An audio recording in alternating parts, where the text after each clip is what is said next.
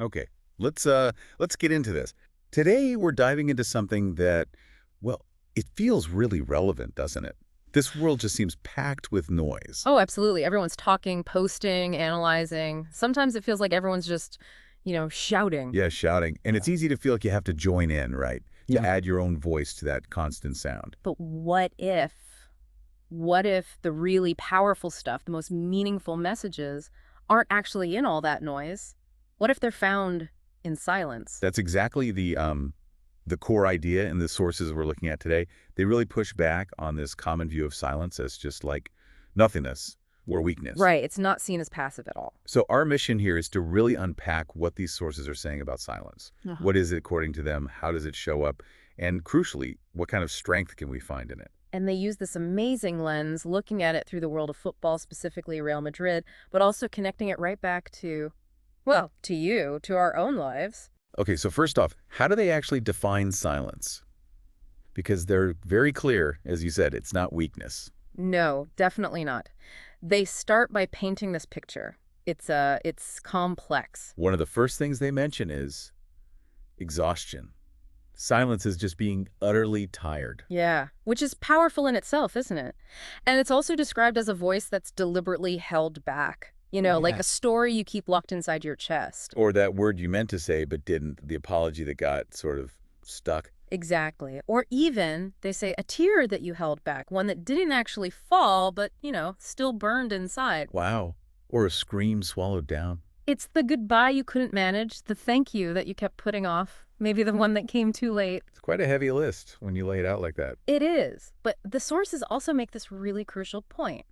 You don't need to be some famous footballer to get this. Hmm. They directly ask you to think about those times. Those personal moments, right? When you stayed quiet. Yeah, not because you had nothing to say, maybe the opposite. Maybe you had too much to say, or you just knew deep down that nobody would hear it the way you needed them to. That feeling, I think we all know it, where you just want to whisper, maybe only to yourself, I'm tired of explaining. That, these sources suggest, is silence. That inner world full of stuff just held inside. Okay, so that's the personal side. But then they take this idea and apply it somewhere very public, very passionate, Real Madrid. Yeah, this is where it gets really fascinating. They talk about a specific Madrid kind of silence. Which seems counterintuitive, right? Football clubs, especially one like Madrid, feel like they're all about noise, passion, chants. Exactly. But the sources point to the silence around player departures. That seems to be a key theme. Ah, right. Like Cristiano Ronaldo. Precisely. They talk about his exit. No massive drawn-out farewell tour, no final standing ovation that felt complete. Just sort of Yeah. a photo, Yeah. a headline, and then this emptiness, this void. Leaving without warning or without a word, as the sources put it, a sudden quiet. Okay. And how does that compare to, say, Karim Benzema? His departure felt different, but the sources find silence there, too. They do. There was applause for Benzema, obviously a lot of love, but they suggest there was a silence that went deeper than the cheers. Deeper how? Well, Benzema himself wasn't a big talker off the pitch, was he? The sources frame his goals, his consistency over all those years. That was his long speech. Ah, I see. A speech of loyalty, patience, quiet love for the club. Exactly. And then you have someone like Toni Kroos, the quiet genius. Definitely quiet. His goodbye was minimal, wasn't it? Just a sentence, basically. And the sources say it left the whole fan base kind of wordless, stunned into silence. They even say there's a Kroos inside each of us. What do they mean by that? That part of us, I think, that just gets on with the job, works diligently, doesn't need the spotlight, gives without asking, and knows how to leave gracefully without causing hurt. That's quite poetic. And then there's the opposite, in a way. Sergio Ramos, the captain, the roarer. The heartbeat, yeah. But even when he left, the sources describe the Bernabeu as silent. A different kind of silence, maybe shock, maybe disbelief. And they connect him to us, too. Yeah. A Ramos in us. Yeah. The leader who might break, who feels the pressure but finds a way to stand up again. Maybe silent on the outside, but their eyes. They tell stories of struggle, of resilience. It's not just the legends leaving either, is it? They mentioned Marcelo. Saying goodbye to the pitch with just a tear. That single silent tear says everything. And Luka Modrić. He hasn't left yet, but... But the sources suggest he's already saying goodbye, in a way.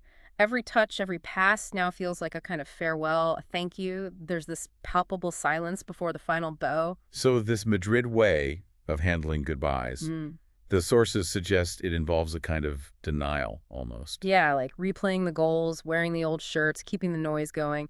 But underneath, you feel that quiet settling in, that absence. And it's not only departures, right? Wow. They mentioned other silences too. Yeah, briefly. Like the stunned silence after a crazy remontada, when you can't quite believe what happened. Or that collective held breath just before a crucial goal. Exactly. Or even the internal silence they imagine Courtois feels facing a penalty. Those moments of intense focus or shock where everything else just stops. Okay, so we have these huge public silences at Madrid.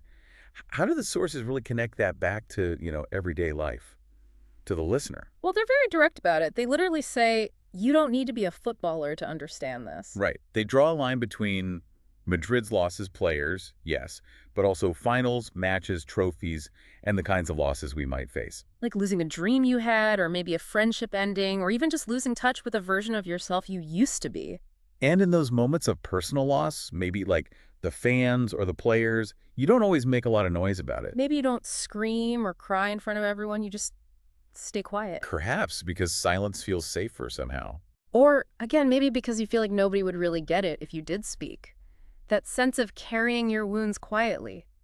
Your heart aching, but making no sound. Fighting battles completely alone. The sources actually pose those questions directly, don't they? Mm-hmm. How many times has your heart ached in silence? Sure. How many wounds have you carried that way? Yeah, it's quite searching. But then there's this really important shift. They don't leave silence as just this place of pain or exhaustion. Okay, what else is it? They talk about the truth behind silence.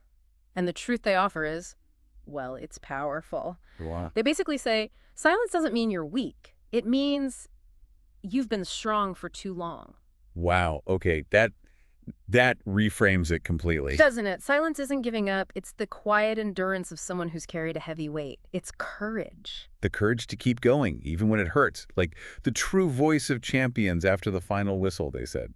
That quiet resilience. Exactly. And it's not only about loss or enduring pain. Sometimes they present silence as a beginning. A beginning. How? Like a moment to finally catch your breath.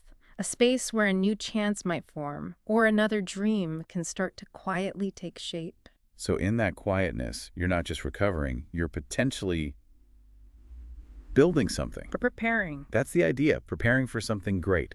It's where you write your inner lines, have those deep internal conversations, maybe cry alone. And then find a way to rise again. The hardest moments are often faced alone, the sources say. But that's also where rebirth happens. So for anyone listening who recognizes themselves in this description of silent struggle. The message is clear. You are absolutely not alone in that quiet. Your silence is understood. And the pain or the weariness you feel within it, it has meaning. It's not for nothing. But the story doesn't end there in silence. No, definitely not. The sources then talk about what comes after. They say from silence can come the loudest roar. That's such a striking image. Silence itself screaming louder than noise. Or the idea that the wounds you carried silently, they somehow whisper through your steps. They become part of who you are moving forward. And inside every quiet person, there's a voice just waiting. Waiting to be found again, yeah. And they acknowledge, look, finding that voice after a long silence, it's hard. It might tremble. It might not be strong at first. Right. And the first words you speak might not be the easy ones, not the automatic, I'm fine. What might they be instead? Maybe something more honest, more vulnerable, like, I miss him. Or just, I'm tired. Or even a simple, quiet thank you. Something true. And that act. The courage to speak that truth after silence. That, the sources argue, is the real comeback. Not a winning goal, but finding your voice again. So we've really journeyed through the depths of silence today, haven't we? Guided by these sources. Yeah, seeing it as exhaustion, as hidden stories, but also as resilience and even potential. We saw it on the huge stage of Real Madrid. And hopefully recognized echoes of it in the quieter moments of our own lives. So if you stayed with us through this whole deep dive, perhaps it's because this idea of silence, it struck a chord with you. If it did, then know this. Your silence matters. Your breath, even in those quiet, difficult moments, it matters. Maybe take a moment to think about your own silences. What truth might be waiting there for you? If you found the courage, what might be the very first word you would choose to speak? Because, as the sources remind us, no matter what you've been through, your soul stays. Your breath will return. You are the silence, just waiting to turn into